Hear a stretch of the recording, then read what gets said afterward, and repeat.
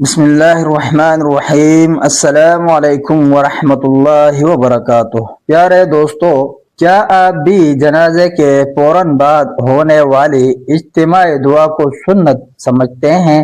کیا قبر سے 40 قدم واپس آ کر دعا کرنا نبی صلی اللہ علیہ وسلم سے ثابت ہے؟ اور کیا نماز جنازہ کی ہر تکبیر کے ساتھ رفع الیدین کرنا چاہیے؟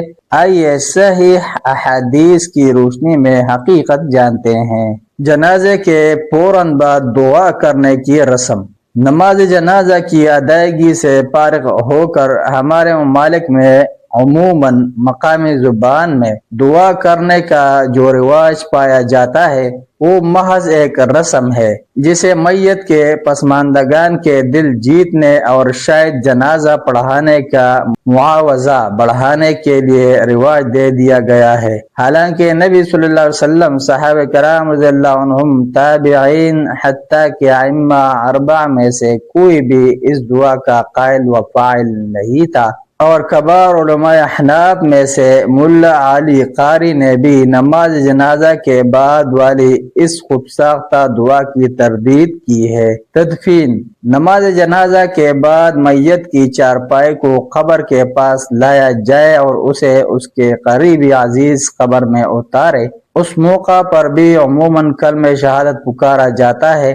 حالانکہ ابو داؤد، ترمذی، ابن ماجہ، ابن حبان، مسند احمد، بہقی اور مستدرک حاکم میں میت کو قبر میں اتارتے وقت کا جو ذکر مسنون منقول ہے وہ یہ ہے: بسم اللہ وعلی سنت رسول اللہ، یا بسم اللہ وعلی ملت رسول اللہ، یا پھر بسم اللہ وباللہ وعلی ملت رسول اللہ، اللہ کے نام سے اور اس کے رسول صلی اللہ علیہ وسلم کی سنت و ملت پر۔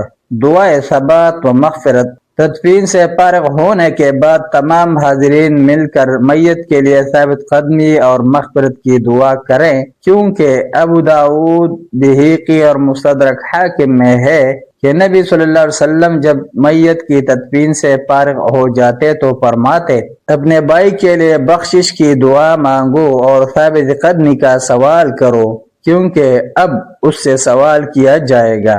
اس کے بعد قبرستان سے نکل کر یا اس قبر سے 40 قدم واپس آ کر جو دعا کی جاتی ہے وہ نبی صلی اللہ علیہ وسلم اور آپ صلی اللہ علیہ وسلم کے صحابہ رضی اللہ عنہم سے ثابت نہیں ہے، بلکہ اس کے بعد میت والوں کے گھر میں آج کل ایک دو نہیں پورے 40 دن تک جن رسوم کا سلسلہ شروع ہو جاتا ہے وہ کچھ بھی ثابت نہیں، اور جو تعزیت ثابت ہے وہ غیر ثابت رسموں اور رواجوں تلے دب کر رہ گئی ہے۔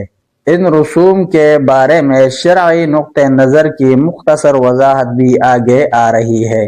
الغرض، صحیح بخاری شریف اور دیگر کتب حدیث میں نبی صلی اللہ علیہ وسلم کا ارشاد گرامی ہے: جو شخص اللہ تعالیٰ پر ایمان اور اس سے اجر و ثواب کی نیت سے کسی مسلمان کے جنازے کے ساتھ چلا، نماز جنازہ پڑھنے اور اسے دفن کرنے تک ساتھ رہا، وہ 2 قرات اجر لے کر واپس آتا ہے اور 1 قرات احد پہاڑ جتنا ہے۔ اور جو شخص نماز جنازہ پڑھ کر تدفین میں شریک ہونے سے پہلے ہی واپس لوٹ آئے وہ بھی 1 قرات ثواب لے کر لوٹتا ہے۔ تکبیرات جنازہ کے ساتھ رفع الیدین۔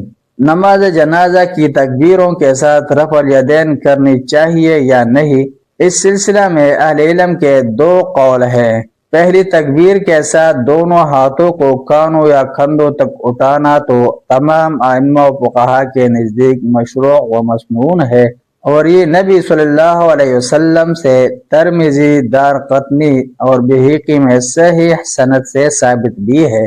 حضرت ابو ہریرہ رضی اللہ عنہ سے مروی ہے، نبی صلی اللہ علیہ وسلم نے جنازہ پر تکبیر کہی اور پہلی تکبیر میں اپنے دونوں ہاتھوں کو اٹھایا اور پھر دائیں کو بائیں پر باندھ لیا۔ اسی طرح دارقطنی کی ایک دوسری حدیث میں حضرت ابن عباس رضی اللہ عنہما سے مروی ہے، جو کہ پہلی حدیث کے شاہد ہے۔ اس میں ہے: نبی صلی اللہ علیہ وسلم پہلی تکبیر کے وقت رفع یدین کیا کرتے تھے، پھر دوبارہ دوسری تکبیروں میں نہیں کرتے تھے۔ ان احادیث سے معلوم ہوا کہ نماز جنازہ میں پہلی تکبیر کے سوا نبی صلی اللہ علیہ وسلم سے رفع یدین کسی صحیح حدیث سے ثابت نہیں۔ تاہم امام ترمذی فرماتے ہیں اکثر صحابہ رضی اللہ عنہم ہر تکبیر کے ساتھ رفع یدین کرنے کے قائل تھے۔ امام ابن المبارک، احمد شافعی اور اسحاق بن راہوی رحمہ اللہ کا یہی مسلک ہے، جبکہ امام سفیان ثوری، مالکیہ اور احناف پہلی تکبیر کے بعد رفع یدین نہ کرنے کے قائل ہے۔ علامہ ابن حزم، امام شوکانی، شیخ البانی اور بعض دیگر اہل تحقیق و علماء حدیث کا مسلک بھی یہی ہے کہ تکبیر اولیٰ کے بعد رفع یدین نہ کی جائے۔ باقی تکبیروں کے ساتھ رفع یدین کے اس بات میں جو ایک مرفوع روایت ہے وہ تو ضعیف ہے۔ صرف سنن کبریٰ بہقی میں حضرت ابن عمر رضی اللہ عنہما سے موقوفاً مگر صحیح سند سے ثابت ہے کہ وہ نماز جنازہ کے ہر تکبیر کے ساتھ رفع یدین کیا کرتے تھے، اور جس کا خیال ہے کہ وہ نبی صلی اللہ علیہ وسلم سے کچھ معلومات حاصل ہوئے بغیر ایسا نہیں کرتے ہوں گے، وہ رفع یدین کر سکتا ہے۔ ملتے ہیں ایک نئی ویڈیو کے ساتھ۔ جزاکم اللہ خیرہ۔ السلام علیکم ورحمۃ اللہ وبرکاتہ۔